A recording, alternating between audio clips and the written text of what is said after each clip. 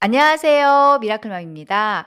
우리 아이는 단어는 꽤 알고 있는 것 같은데 왜 책을 읽으면 막히는 걸까요? 이런 질문 한 번쯤 해보신 적 있으신가요? 레벨 테스트를 해보면 단어 점수는 괜찮게 나오는데 막상 원서를 읽히면 낯선 어휘가 하나둘 섞이면서 문장이 조금만 길어져도 읽는 속도가 뚝 떨어지고 내용 파악이 잘 안 되는 아이들이 생각보다 굉장히 많습니다. 오늘은 영어 유치원부터 유명 어학원까지 거치면서 상위권 수준을 유지해온 아이의 레벨 테스트 결과를 통해 이 불균형이 왜 생기는지, 그리고 앞으로 어떻게 방향을 잡아야 하는지 말씀드려 보도록 하겠습니다. 이 아이의 영어 이력을 먼저 살펴볼게요. 영어 유치원을 다녔고 이후에는 유명 영어 어학원에서 꾸준히 영어를 배웠습니다. 겉으로 보기엔 영어 노출이 충분해 보이죠. 그런데 한 가지 눈에 띄는 점이 있었어요. 영어 원서를 스스로 읽은 경험이 거의 없다는 것입니다. 학원 숙제로 주어진 원서책 일부를 읽은 정도가 전부였습니다. 해야 하니까 읽는 것, 정해진 분량만 읽고 끝내는 것, 책 전체의 흐름을 따라가며 내용을 파악하거나 읽는 재미를 느낀 적이 거의 없었습니다. 영어 유치원, 어학원, 오랜 학습 기간, 탄탄해 보이는 영어 이력에도 불구하고 왜 리딩 실력은 그만큼 따라오지 못했을까요?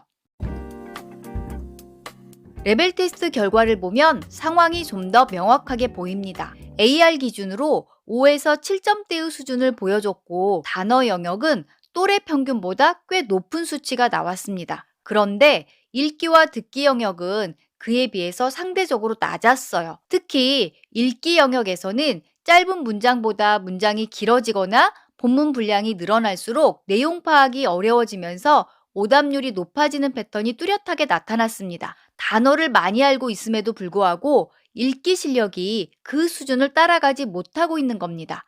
이 불균형, 왜 생기는 걸까요? 단어를 암기하는 것과 글을 유창하게 읽는 것은 완전히 다른 능력입니다. 지금까지의 영어 학습이 단어를 외우고 문법을 익히고 문장을 해석하는 방식으로 이루어져 왔다면 아이는 텍스트를 읽을 때 문장 하나하나를 분석하며 해석하는 습관이 들어있을 가능성이 높습니다. 이 방식은 문장이 짧고 단순할 때는 어느 정도 통합니다. 그런데 문장이 길어지고 구조가 복잡해지면 금방 한계가 드러납니다. 모르는 단어가 몇 개만 섞여도 해석이 금세 막히고 문장을 분석하는 데 에너지를 다 써버리면 전체 내용의 흐름을 놓치게 됩니다. 읽는 속도는 당연히 느려지고 독해에 대한 부담감도 점점 커지죠. 앞서 살펴본 영역별 테스트 결과에서 단어는 높고 읽기는 낮게 나온 이유가 바로 여기에 있습니다. 단어 지식은 쌓였지만 글의 흐름을 따라가며 의미를 파악하는 능력, 즉 읽기 유창성과 문맥 유추력은 충분히 훈련되지 않은 거예요.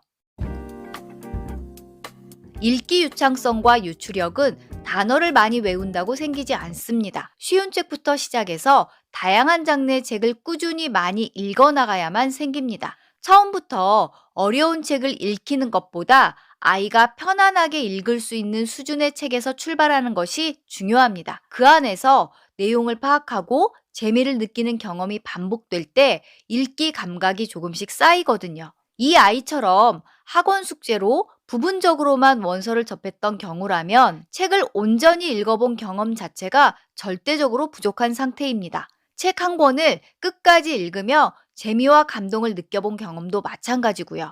아무리 단어를 많이 알아도 그 단어들이 문장의 흐름 속에서 자연스럽게 연결되는 경험이 없으면 실전 리딩에서는 힘을 발휘하기 어렵습니다. 영어책 읽기가 즐거운 경험이 아닌 해야 하는 숙제로 자리 잡은 것도 리딩 실력을 가로막는 중요한 원인 중 하나입니다.